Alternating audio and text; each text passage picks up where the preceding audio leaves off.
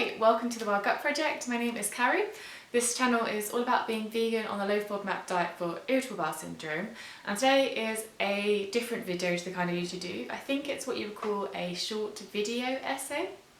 I want to argue that stress is the modern day version of hysteria as a way to dismiss poorly understood medical conditions in female patients such as IBS. So as you watch this video, if you have any thoughts or comments, please put them down below, get discussion going. So I think it's quite an interesting topic just to consider, to be honest. So yeah, please discuss kindly underneath this video. There's actually been quite a lot of discussion going on in the Facebook group, which I'll link below if you want to join, of people saying the first time they went to their GP, they were basically told it was just stress, and all those symptoms, the chronic diarrhoea, constipation, pain, bloating, excess gas is just stress, and it's normal. And if you've in the past not had IBS and then you did have it, you know it's not normal. And I just want to explore why that might be happening. So quick history lesson on hysteria. It was first kind of alluded to by the Egyptians, this idea that women could be overcome by emotions or feelings and it could lead to them experiencing physical illness. The term hysteria then was actually coined by Hippocrates in the 5th century BC, where he believed the womb would wander around the female body causing pain or psychosis and tinglings or lack of sensation if you hadn't had children or you weren't having enough sex. Basically, it was like the womb was dissatisfied and went on a mission to cause you trouble. Obviously we don't believe that now, because I mean a very basic autopsy would show the womb was in its place, so it's not wandering anywhere. But as a society, we very strongly believe that the emotional stability of a woman is very much related to the hormones produced by her reproductive organs. The current psychiatric definition of hysteria is this: a psychoneurosis marked by emotional excitability and disturbances of the psychogenic, sensory, and vasomotor and visceral functions. This is basically saying that the stuff going on in your head is causing physical symptoms in your body or the experience of them. It's often related to being very melodramatic. If you think of kind of any movie from the past century, maybe not quite so recent, but generally women fainting because they were so happy, they were so sad, they were so shocked, they were so angry, they were so whatever, they couldn't handle it and their body just shut down and they fainted, which has never happened in real life. Like, I've never known anyone faint because for any reason other than actually being very unwell. It's just a really weird thing, and you never see a man faint in a movie. The general sentiment of hysteria is that a woman can't handle her emotions and it manifests as a physical symptom in her body. So bringing this into the 21st century, I just want to quickly say that in medicine, signs are indications of a disease you can see a rash, you can see something's bleeding, and then symptoms are things experienced by the patient. So it's something only they can report. You don't know if I have a headache right now, I can only tell you that. And that means that if someone has to report the symptoms, someone has to listen to them and interpret them without bias. And of course everyone's biased in some way or another.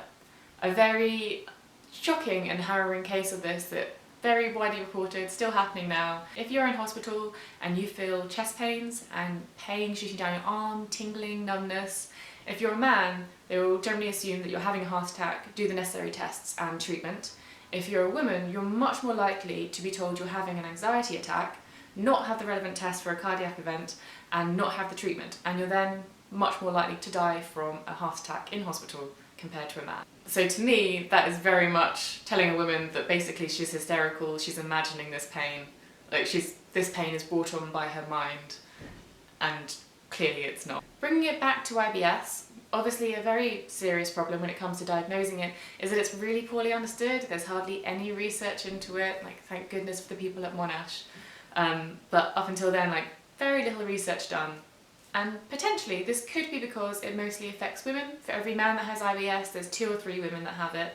And funding for research is inherently biased. Someone has to make a decision, they have to think what has the biggest impact, what will make them the most money. They're a private pharmaceutical company. And historically in medicine, there have been basically no women in any kind of position of power. It's only very recently that you do have female medical doctors. Before, they were very much pushed out. Even in America, you hardly even have midwives. And generally, diseases which primarily affect women are receive less funding relative to their impact.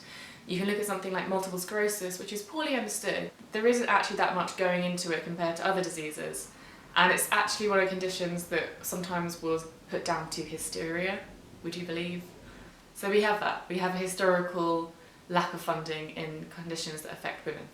So because of this historical lack of funding, lack of research, lack of understanding, it means we're more prone to using our kind of assumptions and bias when we're investigating or diagnosing something like IBS. Now again, in the discussion on the Facebook group, so many people have reported being told they were just stressed, being told that it was normal to feel like to have IBS, which is kind of crazy. But if you've done the low FODMAP diet and you've responded well to it, you know that food is a big trigger, and I can be really stressed, but if I'm really good with my diet, my IBS isn't a problem. But if I'm really bad with my food and I'm really calm, I'm still going to have a problem with IBS. So very clearly, it's not stress causing it. And I would challenge anyone to show me a chronic health condition that isn't negatively impacted by stress. Stress directly modulates your immune system. Your immune system will clearly have an effect on your experience of disease. So I think they're just looking at it the wrong way around. Moreover, when we're talking about gut health, now there's a lot of research showing that the bacteria in your gut have a very direct impact on your mood. They affect the levels of the neurotransmitters in your brain. So if you have a disrupted gut, you could very realistically then be having disrupted neurotransmitters affecting your mood.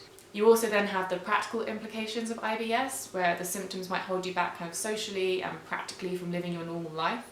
So if that doesn't make you stressed, I don't know what does. So I think you're basically being told that one of the symptoms of IBS is the cause of your IBS, which is just useless. So in conclusion, in exactly the same way that women were told their physical symptoms were down to hysteria, their inability to handle their emotions and the pressures of life, people now, so women, probably and men, are being told that their IBS symptoms are down to stress and their inability to cope with the responsibilities of life and manage their own emotions.